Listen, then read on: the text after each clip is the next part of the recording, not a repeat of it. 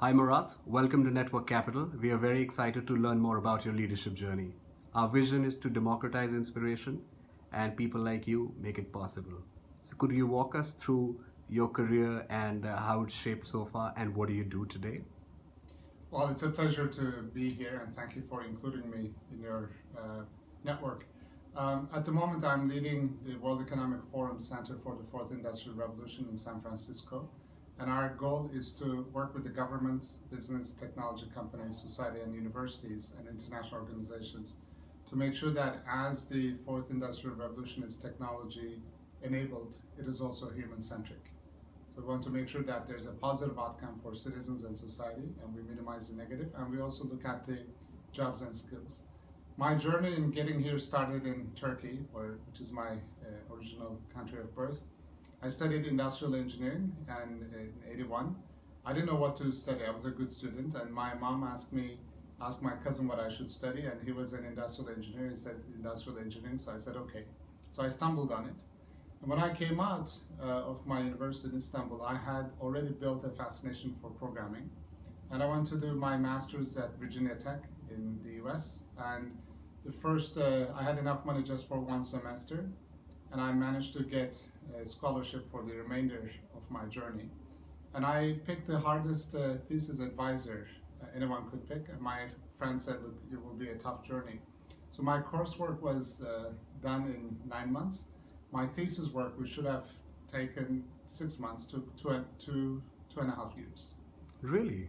Yeah, it took me 18 attempts to get my thesis done. And that was a defining moment because and finally I got it done after 18 proposals. But it also gave me enough time to take extracurricular courses on public speaking, on French, and artificial intelligence because I was just curious. What year was that? This was between '85 and '89, so I took my first AI course in '87. Tell us more about that. I was just curious. It was a new area, and we had there's this language called Lisp, which is basically called recursive programming, so it's more intuitive. And we had a special purpose-built machine at the lab that I was a research assistant, and I just programmed it. And I had no idea, I had no plans for it.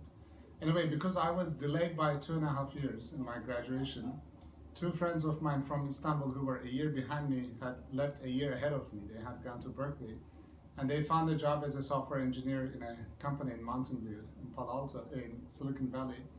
Because I graduated after them, through them I found a job in the same company. So if I hadn't been delayed by a significant amount in my master's thesis, I wouldn't be here having this conversation with you. My life would have taken a different turn. Serendipity does play a role. Could you walk us through the role that mentors have played in your life and how have they shaped you? My parents, of course, as for most people they do. It was not an explicit role model that I just observed. And the defining moments for me were, however, when I was in middle school and high school in Turkey, we had long summer breaks, 3 months. And I followed my brother, who had worked at a family friend's hotel in one of the touristic towns. It was a small hotel. And I spent about 2.5 months of each of my summer vacations for about 5 years at this hotel, working at as a receptionist, as a bartender. We cleaned the rooms and we did the laundry. And it was the best experience I had. We were 7 of us from all parts of Turkey. I was the more privileged employee, but we shared the same sleeping quarters. And that's where I learned the importance of empathy and customer service. And that journey was really a defining moment for me. And then throughout different stages, I had different people. My cousin, who gave me the inspiration to study industrial engineering, my advisor in Istanbul, who advised me to go to Virginia Tech, my advisor at Virginia Tech. And then my colleagues, when I moved to Silicon Valley, I met an Indian friend of mine, Vivek Ranadive, in 1993, and I joined his company, and we later started another company, TIBCO Software, together. So it had been different people throughout my journey. No, you truly have a multi-dimensional experience of leading a company, then combining policy, then now traveling around the world and looking at innovation. So, in the context of the fourth industrial revolution, when you travel around the world, what are some examples that really fill you with hope, and how is your reaction towards that? Basically, when I engage with the youth, young people, it's truly inspirational. And I remember my own move to Silicon Valley in '89. I was 25 years old.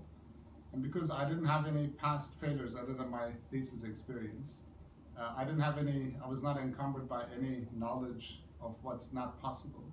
But in today's young people, wherever they are, whatever their social economic status is, I see the attitude is really, really forward looking.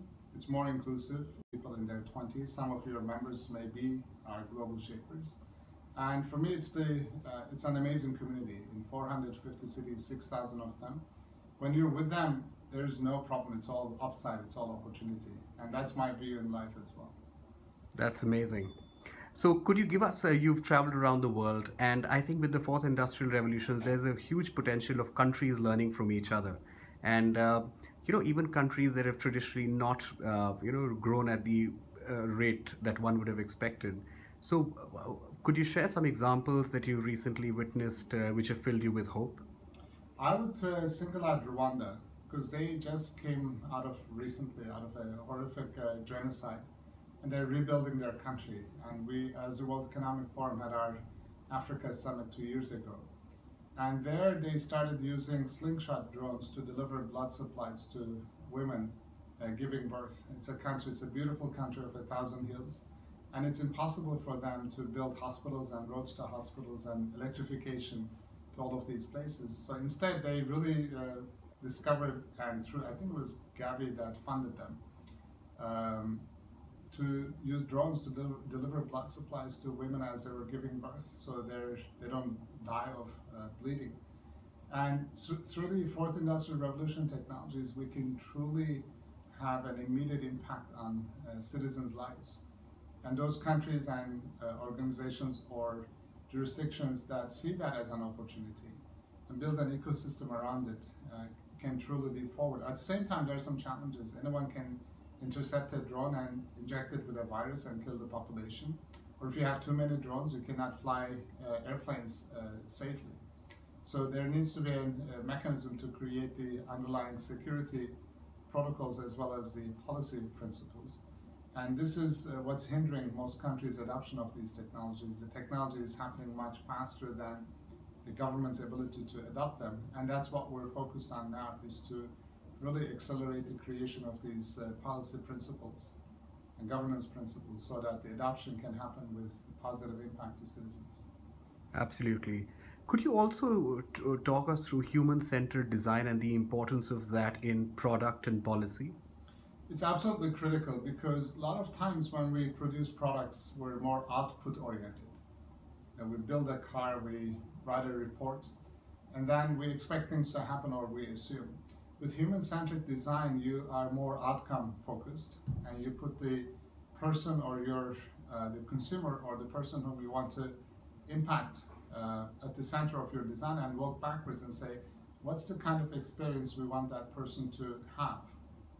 And now work backwards and say, what are the things we need to do to make that happen? So instead of an output orientation, you have an outcome orientation, and putting the customer or the citizen at the center as the starting point. And you also iterate fast, because a lot of times we get into a situation where, this is where again I'd love to quote Steve Jobs, when people told him that the world doesn't need another smartphone like he was envisioning, his response was, how do people know that they don't like something or they don't want it if they haven't seen it before? So with human-centric design, we really need to make sure that we focus on the user experience, on whatever it is, and work backwards to make sure that it is productive and it's useful. And then the output will be relevant. And you truly need a multi-stakeholder approach for that. If you want to move fast, absolutely. Because you cannot ignore, for example, if you look at autonomous vehicles, we did a study with the city of Boston. If you go autonomous cars and buses only in the city of Boston or in whatever country, Imagine you will not have any congestion, you don't need parking space. It can truly improve the lives of the people. At the same time, you can have more efficient transportation, it's cheaper, safer. You can refactor emergency services, the environment looks great. And people who could find jobs but are not able to get there because of lack of transportation are not able to do it. So you actually have more new jobs. On the downside, some people will lose their jobs, and the city will lose traffic revenue, parking revenue, and fines. And you also have to instrument the city in a different way.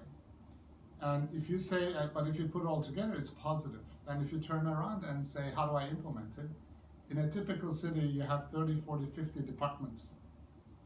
And you cannot regulate this or create the platform by relying on Department of Transportation. You need all the departments to work together.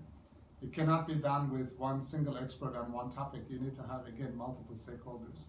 You have to have civil society represented.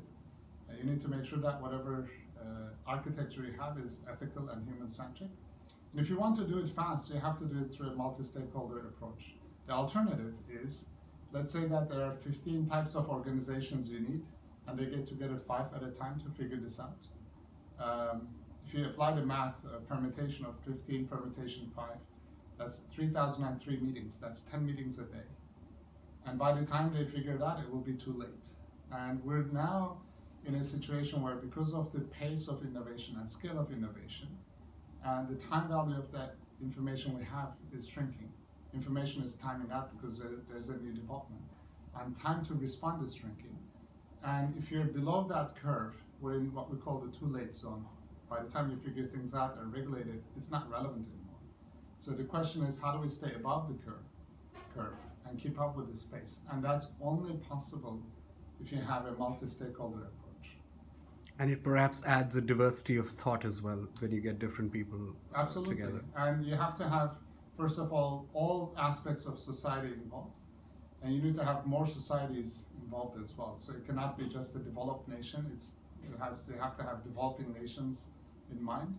And you have to look at the values, which are different from society to society. So it has to be inclusive, it has to be multi-stakeholder, but it has to be really fast.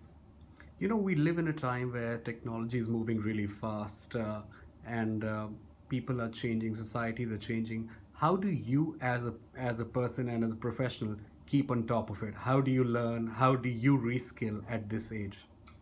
I'm a curious person, so knowledge is timing out. I read a lot, but a lot of times you don't know what you should read because a single journal or a person cannot really cover everything you want to know because of the diversity of views. I go online a lot. At the forum, we have a platform called Transformation Toplink and Transformation Maps, which delivers information based on your area of interest, and we will soon make it publicly available outside of our community. We use machine learning algorithms ourselves. We read articles from 200 sources, this machine learning engine does, and maps it to different topics. So I am pivoting from source-based consumption of knowledge, whether it's a person or a publication, to interest-based consumption of knowledge. And these types of platforms allow me to stay up to date.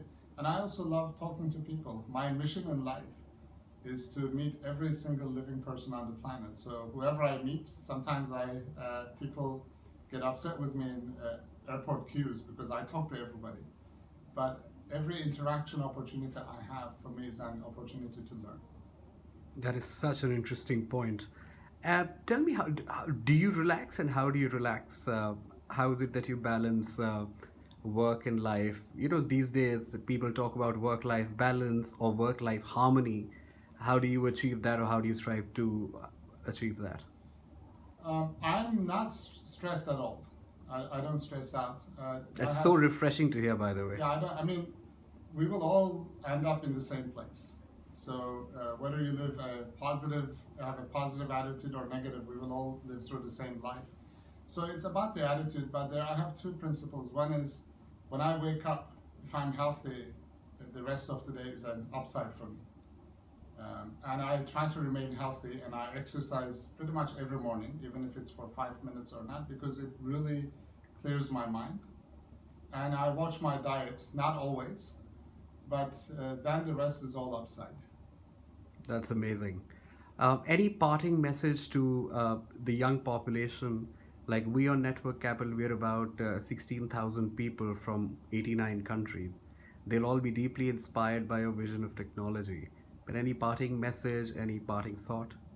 Um, I wouldn't dare to give the advice to the young generation because they just know what to do. But I have a couple of principles that I follow. The first one is never, never, never, never give up. The second one is ignore expert advice, including mine. And the third one is if your heart and mind are telling you two different things, always follow your heart. It will lead you to the right place. In the fourth industrial revolution and all industrial revolutions. It's true for all the times. Hey Murat, it has been a pleasure talking to you. Thank you so much. This will really help our thousands of members across the world. We really appreciate it. It's my pleasure and privilege. Thank you.